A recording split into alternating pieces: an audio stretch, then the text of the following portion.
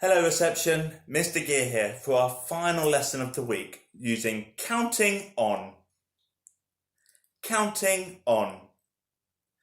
So far we have done counting on by using our fingers. So remember we started with 5, 6, 7. We've also done I count, you count. 1, 2, 5, 6 and so on.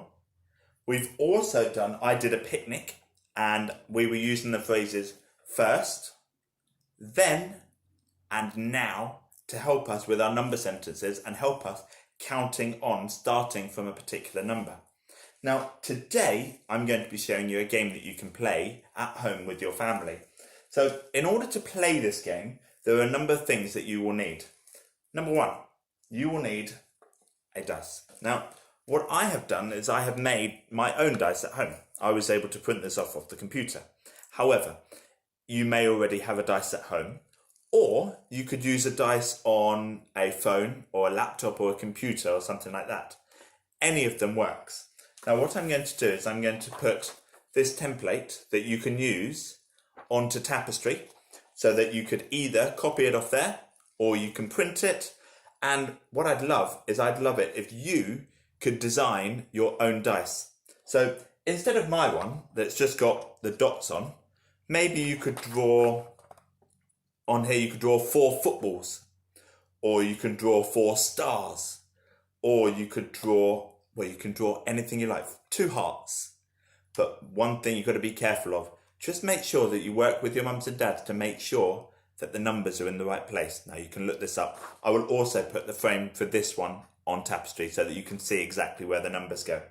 So that's number one. First of all, you need a dice. Okay, got that. The next thing you're going to need is you're going to need these. Okay? Now, these are number tracks. Okay? They're number tracks because they go from 1 up to 10 in a line. A bit like your train tracks. Okay? So it goes 1, 2, 3, 4, 5, 6, 7, 8, 9, 10. Okay? Now I'm going to show you us playing this game up to 10. However, I've also included in your packs to go home these up to 20 that you can use if you would like to. However, again, you don't have to use this. You can make your number tracks out of anything you like. I've made one here a little bit bigger, and I've used a big piece of paper to make my own number tracks. Be a really good idea if you could make yours. You could decorate it as well.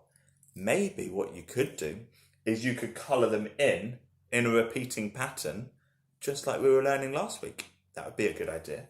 So you need a number track. You could also make your number track outside. You get some chalk and make it on the floor and play this game outside if you can.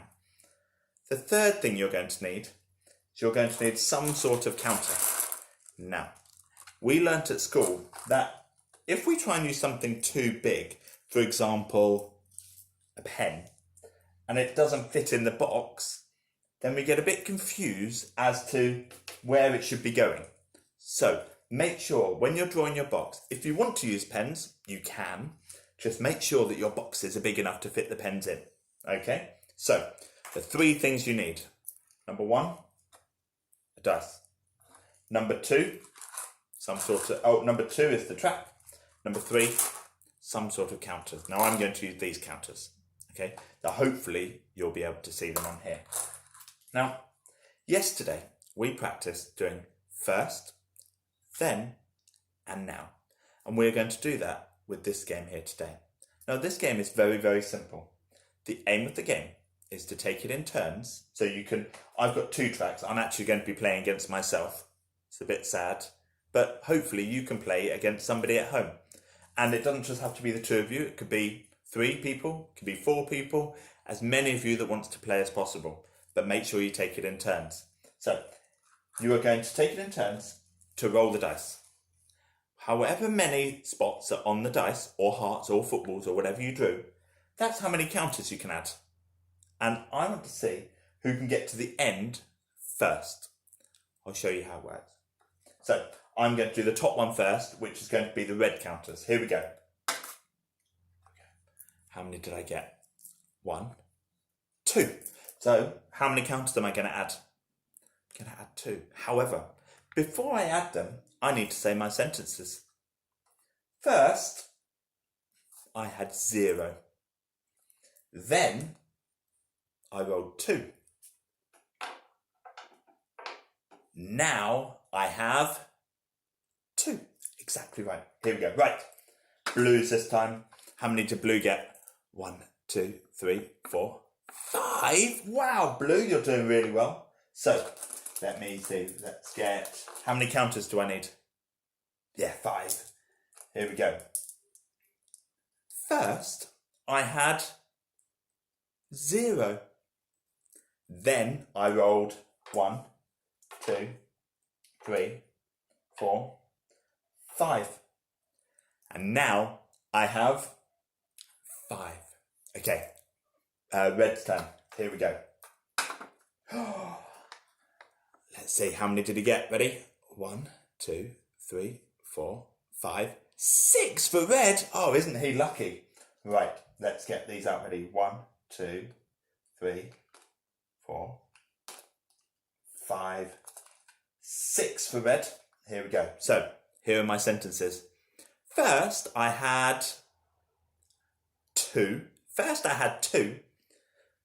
Then I rolled a 6.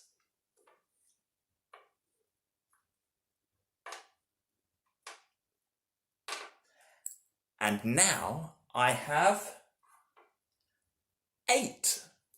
First, I had 2. Then I rolled a 6. And now I have 8. Ooh, very close to winning, isn't he? Right, let's see what blue gets. Ready? How many have they got? Ready? 1, 2, 3, 4. Can you work out if 4 is enough to get him to 10? Is it? Let's find out. So, first I had 5. Then, I didn't quite have enough. Then I rolled a 4. And now I have, I'm going to have to borrow from this side. Now I have 9. First, I had 5. Then I rolled a 4. And now I have 9. It wasn't quite enough to get blues to the finish line. Let's see if red's going to win. Ready? 1, 2, 3, 4, 5. Is that enough for red to win? I think it might be. Okay. Now I've only got 10 counters, so I'm going to get there. So I have won. Now I'd love to see you playing this game with your family, remembering to say your sentences. First I had, then I rolled a, and now I have. I'd love to see those videos or pictures up on Tapestry, or remember, you can email them to us.